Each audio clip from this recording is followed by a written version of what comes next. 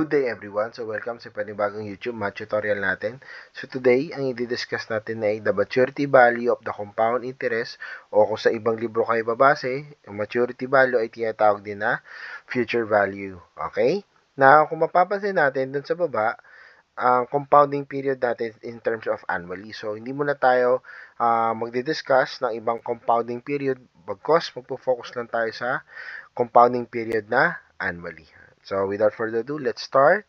So, let's discuss the objective. So, the first objective will be compute the maturity value or the future value in compound interest and solve problem involving compound interest. So, we will proceed in discussing the formula for the maturity or the future value in compound interest. So, here is the formula. F is equivalent to P, quantity 1 plus R raised to T. So, ano pong ibig sabihin ng mga yan? So, pag sinabi natin P, it is the principal or the present value. F will be the maturity or the future value at the end of the term. Next, R is the interest rate or the rate of interest. And last but not the least, T is the time or term in terms of years. Now, sa problem, kung kailangan natin kunin yung compound interest, so para pakuha po yung compound interest, just simply subtract future minus the present or the principal value to be able to get the value of the compound interest. So let's have example number 1. So find the maturity value and the compound interest if 10,000 pesos is compounded annually at an interest rate of 2% in 5 years. So, makikita natin yung word na compounded annually. So, dun lang tayo magpo-focus ha. Again, the compounding period in this lesson is in terms of yearly. So, hindi po na tayo magdi-deal sa ibang compounding period. Now, in a word problem, katulad nung sa ginawa natin sa previous video, lagi dapat nating aalamin kung ano yung hinahanap or what is asked. Now, based on our problem, ano bang pinapahanap sa atin dito? Ang pinapahanap sa atin dito ay dalawa. Yun yung kunin yung maturity value. So, find the maturity value. And another value that we need to find out is the value for compound interest. So, we have two values na kailangan mahanap in this given problem.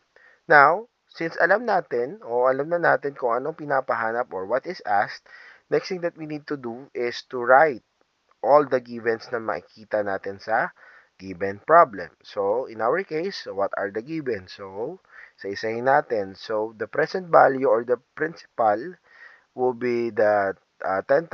So, automatically, that's present, no? Next, the value of R, which is 2%, automatically convert into decimal. So, that will be 0.02. And the time or term, that is 5 years. So, dalawa po hinahanap. Yung maturity value stands for F, and the compound interest stands for I sub C.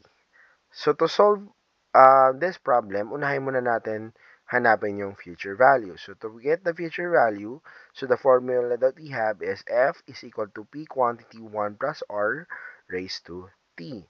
So, next thing that we need to do, class, is to substitute. So, kukunin natin dun sa given part, dito sa given part, yung mga ilalagay natin sa formula. So, yung P magiging 10,000, yung R magiging 0.02, at yung time is magiging 5. So, kung kayo ang magsosolve, ano mas magandang unahin? Ano yung best way na ano yung best thing na dapat unahin natin in this scenario? Yung nasa loob ng parentheses by respecting the rule of PEMDAS. So, you need to add 1 and 0.02 and the result will be 1.02. So, i-add lang po muna natin yung nasa loob ng parentheses. Next, kung kayo naman ang magsosolve, ano kaya susunod nyo gagawin after you add? You raised. You simplify by its exponent. So, meaning, you're gonna solve 1.02 raised to 5. So, mamaya na kayo mag-multiply. Huwag muna kayo mag-multiply because sabi sa PEMDAS, parenthesis, after parenthesis is the exponent.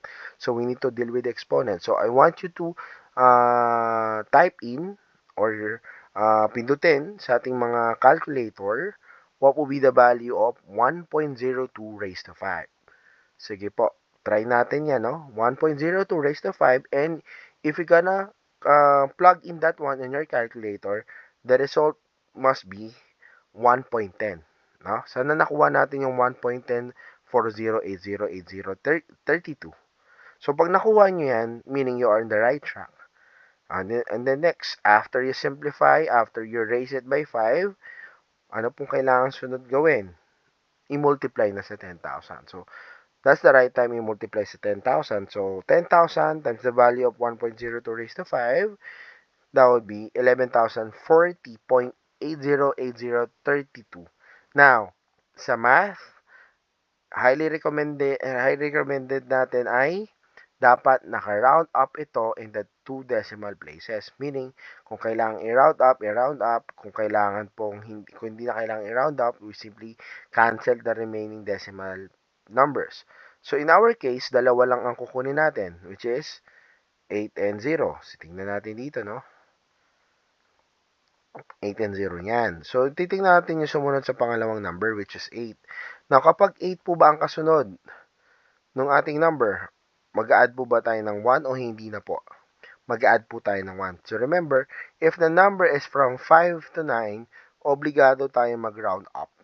So, in our case, kung yan ay 80 o yan ay 0.80, magiging 0.81. So, 11,040.81.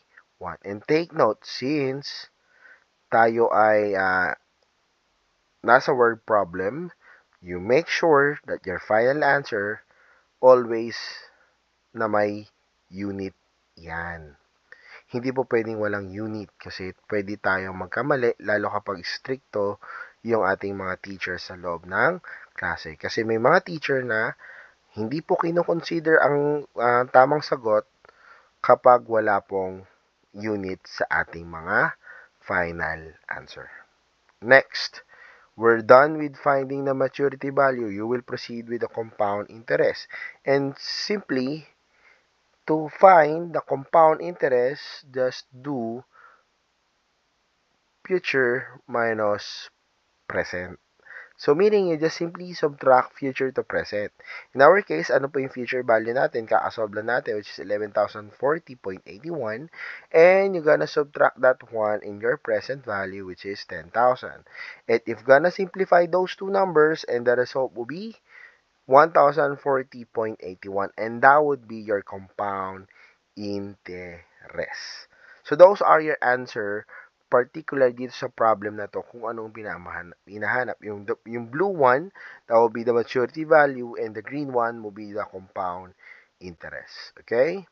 Last example, find the maturity value and the compound interest if 50,000 is invested at 5% compounded annually for 8 years. So, ayan, nakikita natin, the compounding period natin is annually pa rin.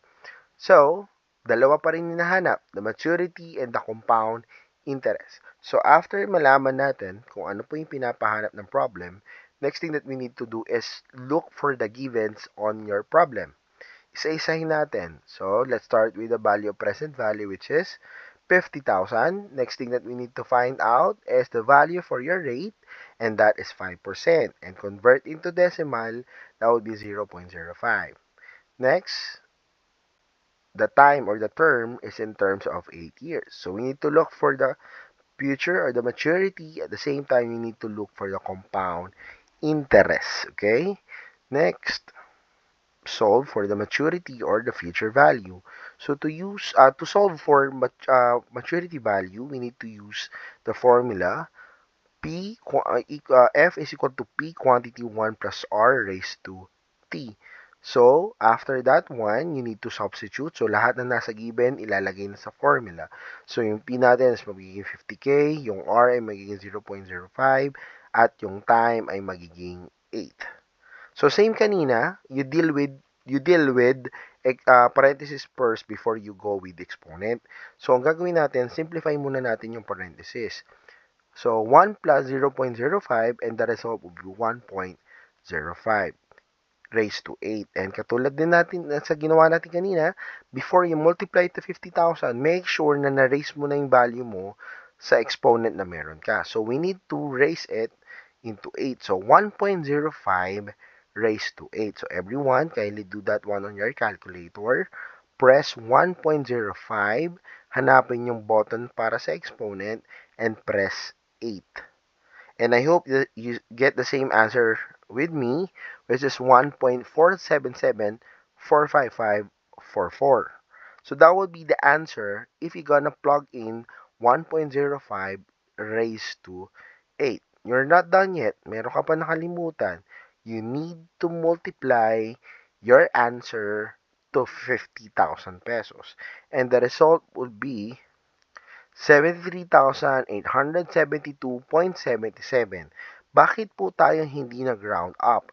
It is just because if you're gonna observe, the second value is 7 and the third value or the third decimal place that we have is 2. So pag 2 yun, pag pumasok siya sa range ng 0 to 4, no need na po mag-add ng 1. So anong gagawin? Simply cancel. So that's the reason why ang sagot natin ay hanggang 0.77 lang. Okay?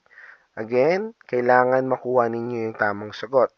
Pag hindi nakuha, you just simply go back to the step-by-step process that we did. Okay? Next, after you find your maturity, next thing that we need to do is to look also for the compound interest. To solve for compound interest, that would be F minus P. So in our case, future minus present. So the future value will be 73,872.77 minus 50,000. And if gonna simplify those two numbers, the result will be 23,872.77. And again, if you are on a word problem, you make sure that you have a unit. Okay? Since usapan ay pera, peso sign na ang kailangan natin gamitin. So, I hope wala na tayong problema doon, no? So that's how you solve for the maturity and the compound interest in terms of the compounding period, which is annually. So sana malinaw na sa inyo. So pag nalito pa rin, go back lang doon sa unang example and dahan-dahanin, step by step natin uunawain how do we deal with this kind of given problem. Nang sa ganon, kapag ikaw na lang ang gagawa, hindi mo na kailangan pang tumingin-tingin at independently masasagutan mo na yung activity na binibigay sa atin ni teacher. So, that's all for today. So, I hope marami ulit natutunan sa ating panonood.